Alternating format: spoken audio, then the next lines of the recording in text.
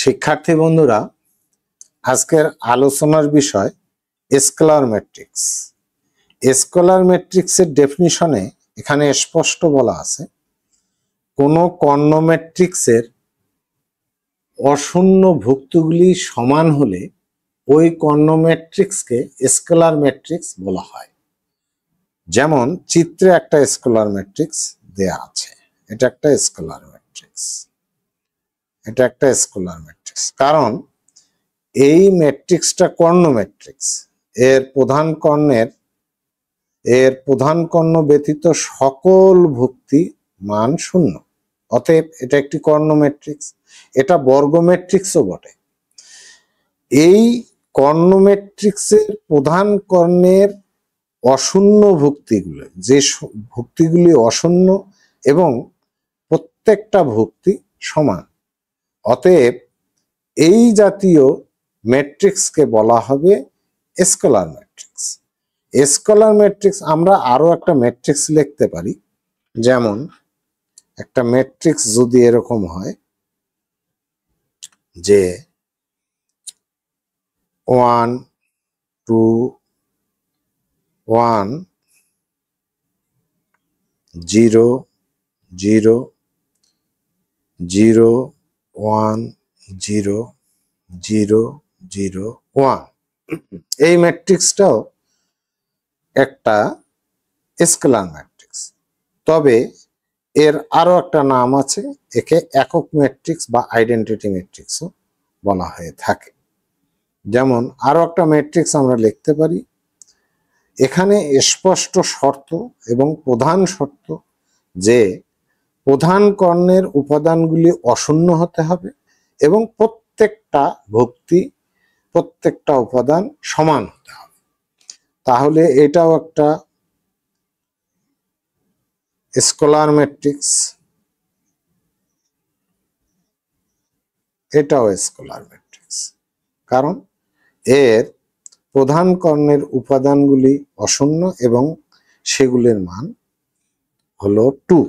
তাহলে এদেরকে আমরা যদি প্রতীক আকারে দেখাতে চাই, তাহলে একটা স্কেলার ম্যাট্রিক্সকে আমরা বলবো যে এর প্রত্যেকটা উপাদান শূন্য হবে, প্রত্যেকটা প্রধান কর্ণ ব্যতীত প্রত্যেকটা ভুক্তির মান শূন্য হবে, প্রধান কর্ণের উপাদানগুলি সমান হবে।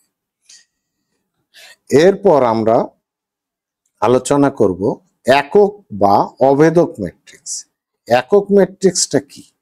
একক ম্যাট্রিক্স হলো একক বা অভেদক ম্যাট্রিক্স কোনো বর্গ ম্যাট্রিক্স। এটার প্রধান শর্ত হলো এই ম্যাট্রিক্সটাকে বর্গ ম্যাট্রিক্স হতে হবে। এই বর্গ ম্যাট্রিক্স কে আমরা A I J N N K N ক্রমের একক বা অভেদক ম্যাট্রিক্স বলে থাকি। এখানে বলা আছে অভেদক ম্যাট্রিক্স যদি প্রতীক আকারে প্রকাশ করা আছে যে A I J equal to 0 হতে হবে। কখন? যখন I not equal to J, এটা হতে হবে। এবং আর একটা শর্ত এর সঙ্গে লাগানো আছে, সেটা হলো A I J equal to 1 হতে হবে। কখন? কন্ডিশনটা কি? কন্ডিশন হলো আই ইকুয়াল টু জে। অর্থাৎ এখানে স্পষ্ট যে I not equal to J, এর অর্থ এ আই জে এমন ভুক্তি যে প্রধান কর্ণের ভুক্তি এগুলা নয়, প্রধান কর্ণ ব্যতীত যে ভুক্তিগুলি সেগুলি এ আই জে যখন I equal to not equal to J. এইবার এ আই জে এটা হলো প্রধান কর্ণের ভুক্তি কখন? আই ইকুয়াল টু জে, সেই ক্ষেত্রে প্রধান কর্ণের ভুক্তিগুলো 1 হতে হবে। এই কন্ডিশন সাপেক্ষে এটাকে আমরা বলতে পারি যে এটা একটা অভেদক বা একক ম্যাট্রিক্স। অভেদক বা একক ম্যাট্রিক্স। একক ম্যাট্রিক্সকে যদি আমরা লেখে দেখতে চাই, যেমন একক ম্যাট্রিক্স বলতে এখানে অনেকগুলি একক ম্যাট্রিক্স প্রকাশ করা আছে, স্পষ্ট করা আছে, সেগুলি আমরা একটু আলোচনা করব। যেমন এখানে IN, একক ম্যাট্রিক্সকে সাধারণত বড় হাতের আই দ্বারা প্রকাশ করা হয়, এরকম বড় হাতের আই দ্বারা প্রকাশ করা হয়।